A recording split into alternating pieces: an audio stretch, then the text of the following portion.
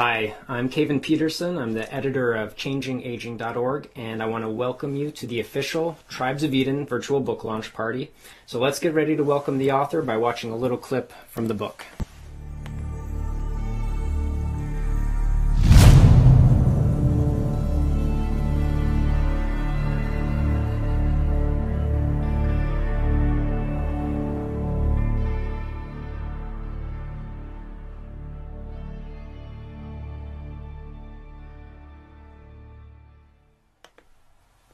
All right, that's very exciting.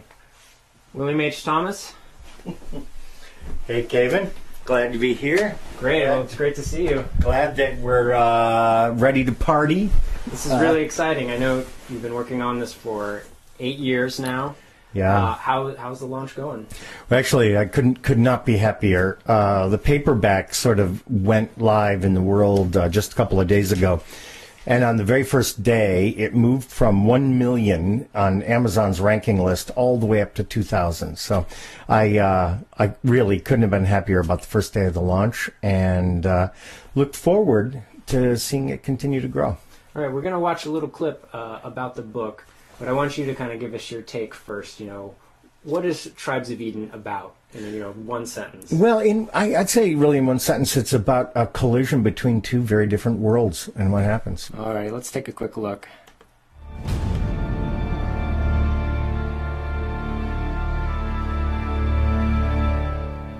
Tribes of Eden, I think more than anything else, is an exploration of trust. In all of the dimensions of the book, trust is either present or absent. It's either being created or being destroyed. And all of the characters relate to each other according to the level of trust that exists. So, for example, there's a scene near the middle of the book where one of the characters is describing what happened in the fall.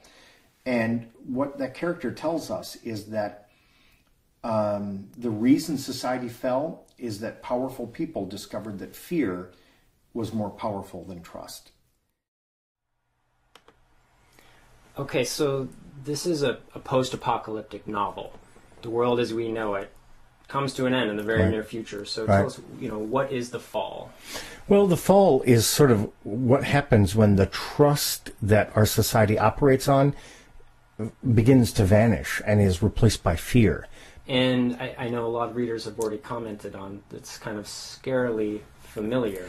Yeah, a lot of it was actually written, the original story was written before some of the troubles we've had here in American society, and it is a little strange to see it playing out in real life. And for folks who haven't read the book yet, just kind of tell us specifically, does a meteor crash? Yeah, no, it's actually... What causes the downfall? What causes the downfall is really shadowy but powerful figures begin to understand that they have a greater advantage in their own personal life by making other people afraid than they have from helping other people trust. And when that happens, all of a sudden things start coming apart. Okay. Now, the book then transitions into, a new phase. This is the post-apocalypse. Right. So there is a community that sort of exists that survives this fall. So we're going to watch a quick clip to talk about these folks. Yeah, let's talk about it.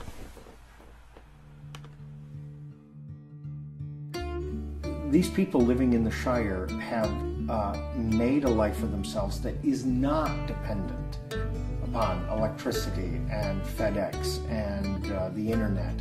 They've made a life for themselves that's much more organic and much more based on relationship and more based on the seasons and the work that you do with your hands.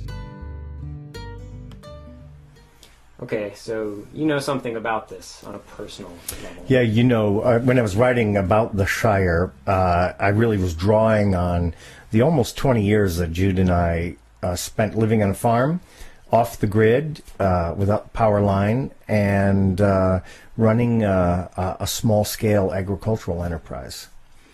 Yeah, so what's that like? Well, I'll tell you one thing about it is you pay a lot more attention to the weather. Because what power we had came from solar and wind, and we would really have to watch the weather. And if you look in the book, there are a lot of very careful descriptions of the weather when we're in the Shire. People really pay attention because it matters to them. Okay. Now, there's also something else about your experience on this farm, living off the grid. You guys are actually characters in the book. So, right. Is this a novel? Is this a memoir? What's that about? Well, it's sort of a weird mix. I think a happy weird mix of a fictional memoir and a novel. And I play a character in the book, and it's so funny because the character in the book is a lot like me, but it's not exactly the same. And also, Jude is a character, and our children. And I really had a great time sort of integrating my real-world family into this fictional narrative that was unfolding. Yeah, and in fact, your children really play a central role, have played a central role in your life and in your work and writing. So I have a clip talking about that. Let's take a look. Okay, great. So one of the sort of genre-bending dimensions of the book is that I'm a character, my wife is a character, and actually our children are characters in the book. And we have 5 children, 3 boys who are very, very healthy and strong, and 2 girls who were born with something called Ohtahara syndrome, which is, medically speaking, a really catastrophic form of neurologic disability. So our 2 daughters, Haley and Hannah, are characters in the book who speak and act and actually become quite influential. And this is one of the beautiful things, I think, about fiction, is that we're able to give voice to these 2 beautiful young people who happen to be born with a very profound disability. And I would emphasize that what we've learned from these 2 girls is on just about every single page of this book. What we've had to learn as parents of 2 children with profound disabilities has shaped a great deal of our philosophy and our work and our beliefs and my writing. Okay, wow. Thank you for sharing that. Mm-hmm. And I know that in addition to incorporating Haley and Hannah into the book and your work, they also inspired the main character, who we should now talk about. So Right, Emma. who is Emma Jane Thomas? Well, I'll just give a little brief background. I wrote an earlier novel where there was an older woman character named Emma who was in the novel In the Arms of Elders, was a real peacemaker, and she really represented the elders' role in peacemaking. And this Emma in this book is named for that Emma of Calamos. And yet, just because you're named for some really fantastic, wonderful person doesn't mean life is easy. Emma has a lot of difficulties growing up and trying to challenge the world she's living in. Yeah. Why don't we do a reading from the book about Okay. it? Yeah. So I just want to say, I don't know if you can see it on streaming video, but we've really gone all out on the bookmarks for this. So let me set the scene for you.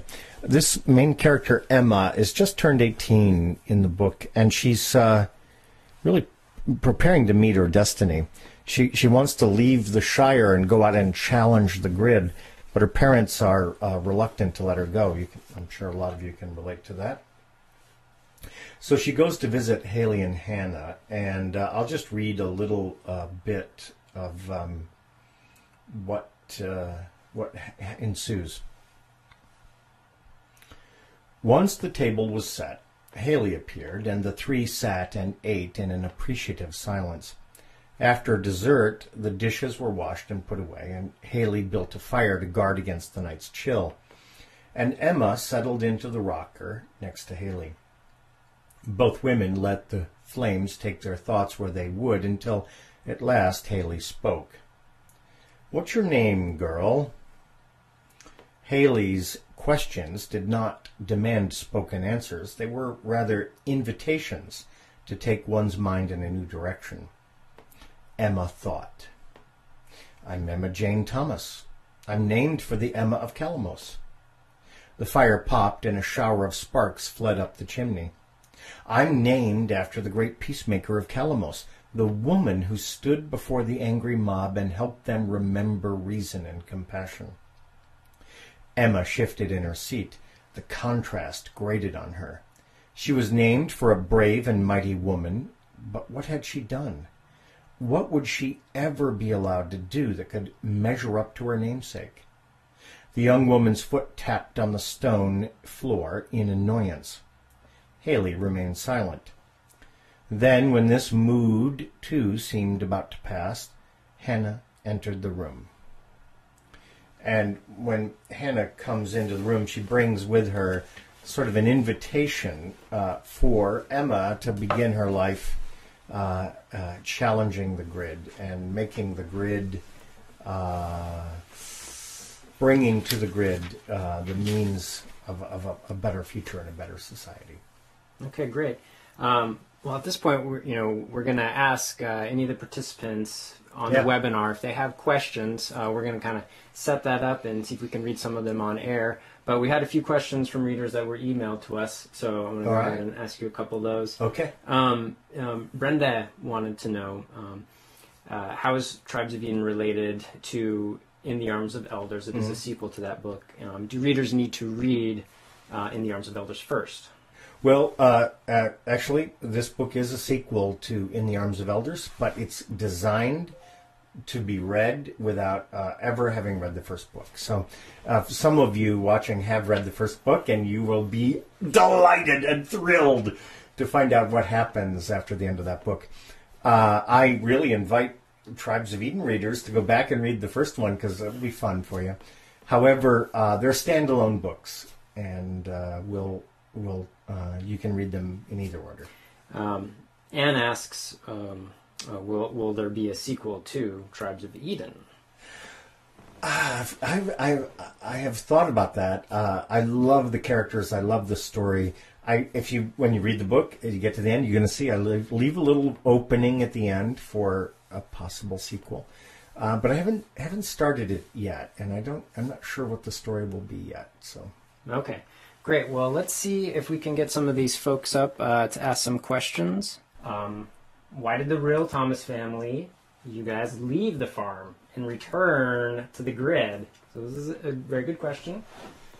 And well, I was just saying, then you started writing the book at that point, right? Yeah, Jude and I and the kids, of course, were kind of growing up on the farm.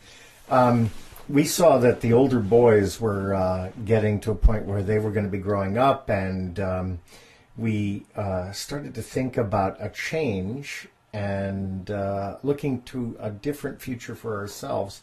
And we made the pretty difficult decision to actually sell the farm. And about half of this book was written when we were on the farm, and about half was written after we left the farm. And actually, we're pretty happy in town. And I'm not complaining about it, I'll tell you that. Do you guys have a grid player in this house? A television? No TV, no grid screen in this house. Though here we are, here we are doing it live over the internet. But I'm good with that. Yeah. Okay. So, do you foresee a movie from this book? Oh yes, I foresee a movie from this book, and when you read the book, you're gonna see it, you're gonna feel it, you can see the scenes, and in a large degree, when I was writing the book, I was really describing a movie that was in my head. I think some books are really not that way, but this book is very visual, very action oriented, a lot of things happening, and I will someday sit in the audience and watch the movie. I have a question for you, and I want you to be totally honest. Were you inspired at all by the Hunger Games, which is sweeping the nation? I was not, but I understand that there's a real concordance. There's a young woman who's a hero. There's a dystopic society. I didn't really know about Hunger Games when I was writing it, but, I'm good timing. I'm happy. If you liked Hunger Games, you will love this book. Good. So here's a really, really good question, and something we've been talking a lot about as we were spreading the word about the book.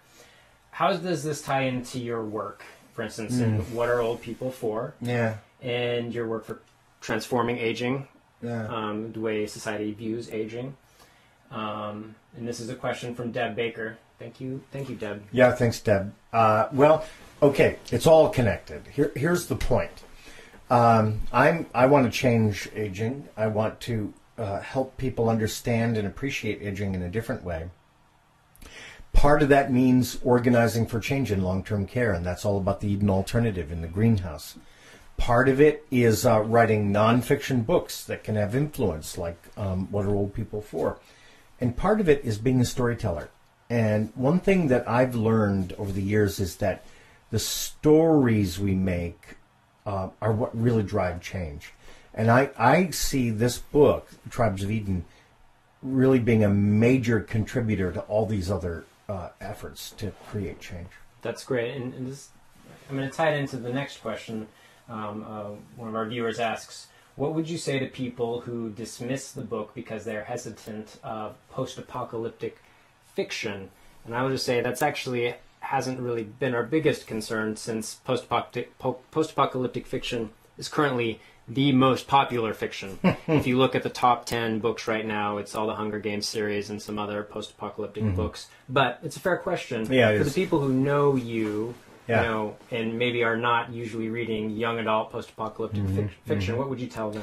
I would say that, yes, the society's collapse, which is in a very condensed way in the very beginning of the book, is necessary to set up a narrative of redemption. That, you know, I know some of those books that are like, oh, this is just too sad. Well, I mean, we get through that, and then the whole arc of the book is about a restoration. It's about the rise of a better world and a better society. And in one of the lines of the book, Hannah says, you know, it's about birth. It's about the birth of a new way of living. And that's really what the book's about, mostly. Great. Okay. We have a text from Chris who says, "Where is your hoodie?" Oh yeah, well I have one behind me in the chair here. I went hoodie free for the party. I think I probably should have worn the hoodie. All right. Inside joke, if you don't know Bill that well. So talking about post-apocalyptic fiction, let's take a break and let's do another reading, another passage from the book. So I think we have one kind of describing the fall. What happens. You know, I mean, here's the deal. What I was fascinated by was not a zombie, flesh-eating, crazy sort of disaster. That wasn't interesting to me. I was more interested in what happens when stuff stops working. So I'm going to read about this young family, the Wallace family, who are living in Chicago, and things are starting to not go right, and people start trying to figure out what to do. So this talks about the father of the family, a guy named John. The economy, the sputtering all these years, finally went into a tailspin, unraveling before John's eyes. The stock market crashed and trading was suspended indefinitely. Quick thinking led him to anticipate an electronic stampede on the banks, and he managed to empty the family's checking and savings accounts just hours before the imposition of a national bank holiday. The system for calculating the unemployment rate broke down, but everyone understood the reality. Tens of millions of people were out of work, and John joined them when the head of the company he worked for called and canceled his contract. Instead of providing calm reassurance, the government lurched and wobbled, and sunny optimism alternated crazily with vague but dire warnings. Elections, twice postponed to avoid disenfranchising voters, were canceled outright. This was a great unraveling. The radio's tinny speaker barked out angry conspiracy theories, but no one could say for sure what the cause of the disruptions, the failures, or the breakdowns might be. North, south, east, and west, hard times lay upon the land, nor was any group spared from what was happening. Rich or poor, young or old, black or white, all longed for a return to normal. So that's kind of what I am saying in terms of the setup for the book. The idea in terms of setting up is that all the pleasant assumptions we make about daily life were overturned. Then what happens? That's really the question for me that drives the book. Great. So let's check out some more. So why did you choose to focus on a YA audience, which is young adults? Well, the point of the book is that young people and elders come together and they fit together and make an alliance. In fact, one of the book's chapters is called Alliance. It's the young elders and the young who come together to really drive the rebirth of society. And I certainly am very comfortable with our interest in aging, but I wanted to introduce young people to the idea that the heroes might be older people. The heroes who are actually leading the way in this book are elders. The people out there taking chances and running around and being chased and all that fun stuff, those are young people, and they go together. Great. And so another viewer asks, is this a call to action for individuals to spearhead change themselves versus groups or communities? Well, I would say that reading a novel, sometimes you do it in book clubs, and I encourage people to do that. But reading a novel is a pretty intensely personal experience. And I think if you follow Emma, one of the cool things about Emma in the book is that we see her from infancy actually to her old age. And we get to follow her as she lives each part of life. And one of the things I'd love to see come out of the book is readers find greater comfort in being who they are right now. That readers can begin to feel like, I am who I am right now. Maybe I'm 52. Maybe I'm 31. Maybe I'm 86. I am who I am right now, and that's who I need to be. And I'm hoping the book stimulates that kind of personal feeling. Okay. Is there one particular piece of wisdom you wish young people in the medical profession, I would say in all caregiving, to take away from reading this book? And this is from Park Place Elder Living. Thanks for the question. Yeah, thanks. I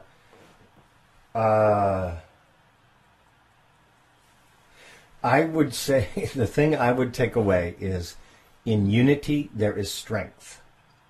You might be a medical professional, you might be a caregiver. Sometimes you feel like you're the only person. And this book is all about the strength of unity. How can this little shire wind up overthrowing this massive continent-wide grid?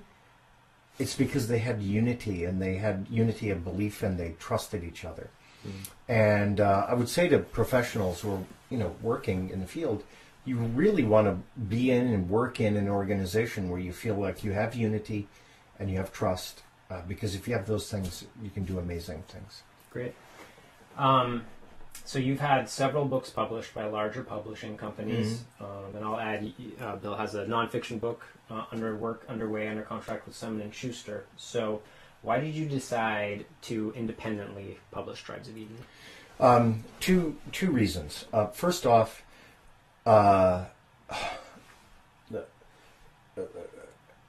what you do with a novel in a modern publishing is you basically sign over your pride and joy, you give it to the company, and you lose all control. And it was really important to me to connect this novel to the movement and to connect it to the people we care about. And I didn't want to just feed it into the machine. And what'll happen with novels these days, and you've seen this if you go to the bookstores, it'll appear, if it doesn't take off, it's gone in 3 weeks, and then you've lost the novel. The author has lost the novel forever. So in our case, you think this is the last book party? No! We're coming back! I mean, we have a right. This is our book. It belongs to the movement. It belongs to the Eden Alternative. And I would say, and I really want to emphasize this, all the proceeds go to support the Eden Alternative. It's not even like a donation or something. Every dollar. If you order this book, every dollar that you pay for the book goes to the Eden Alternative. And you can't do that with publishers. No, you trust me. Publishers they don't work that way. So, do you believe that humanity will make the necessary changes to avoid societal breakdown? Yes. So, and I will add to this, there's some urgency to the issue. We have a very large group of people heading into old age, elderhood. Well, let's say this. Do I see really big changes coming down the pipe? Oh, yeah. I see a lot of social upheaval? Yes. But I do believe that in the main, we are going to be able to muddle through. And our just American society in the 20th century faced calamitous problems with the Great Depression, World War II, the dislocations of the Vietnam era, and we came through. And we're going to come through this. And what I'm arguing for is coming through it better than we were before, becoming a better people than we were before. Okay. Come to the end of the questions. Some of the other questions that folks had emailed, Ken had asked, I love the book, and I'd like to help spread the message, and what's the best way to do that? And this goes to being an independently published book. Yeah. We're basically in charge of... So I would say to Ken, you're in charge. Okay, in standard publishing, there's the publishing house that comes between the writer and the readers, okay? And the publishing house manages that relationship. In our situation, we are connecting directly to the readers. We're connecting to you, and it's all word of mouth. Every bit of what's going to happen as a result of this book coming into the world is going to result from people talking about it, writing about it, Facebooking about it, texting about it, whatever, talking over the back fence in the backyard about it, sharing it with your friends. And I'll just say, I really want to emphasize this. For people at the party who are interested in aging, this book is a fantastic way to turn on some of your neighbors and friends and people you work with to a vision that's positive without getting them all concerned about aging. It's not about aging. The book's not about aging, but it reveals a vision of aging that's really positive.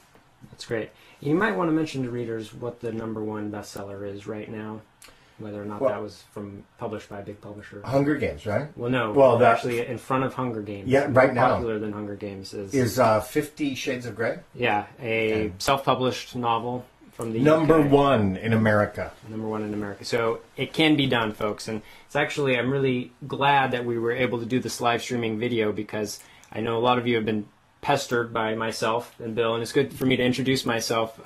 We are working really hard to spread the word and to share the story. And I would just add, you just read the book, and if you like it, do what you normally do. Tell people who you think might also like it. And then if you want to go above and beyond, we have a whole social networking campaign. We have a website. We're on Facebook and YouTube and Twitter.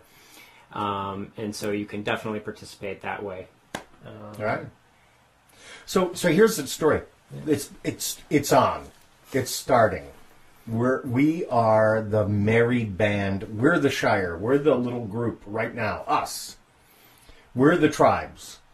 And we have to, if we choose to, we can take this message out to a much bigger audience. That's right. All right. I'm going to now do a last call. If there are any more questions, go ahead and put it up. We saved one of the best little features for the last. Yeah, wait, we did. This is very cool. Yep. So now we're going to give you we'll call this the world debut of the official Tribes of Eden book trailer. Yeah, and here's what's really changed is nowadays books have trailers the way movies do. So, And so we try to make this as much like a movie trailer as possible. Let's take a look.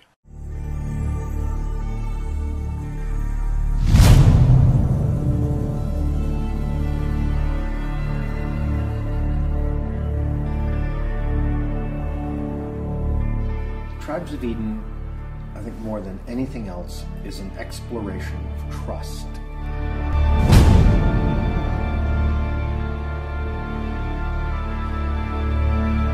People have a fascination with the post-apocalyptic kind of scenario.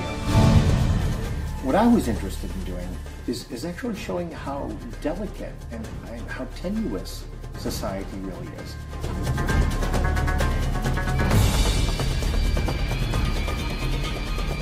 I think that this first part of the book really takes a normal, regular, everyday American family to an extremely difficult situation.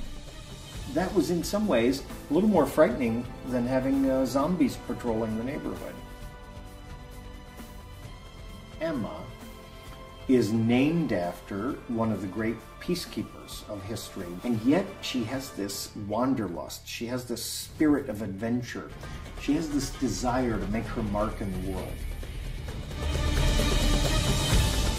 And this rebellious young woman, that becomes sort of the nucleus of the effort to change the world, Shire's effort to change the world.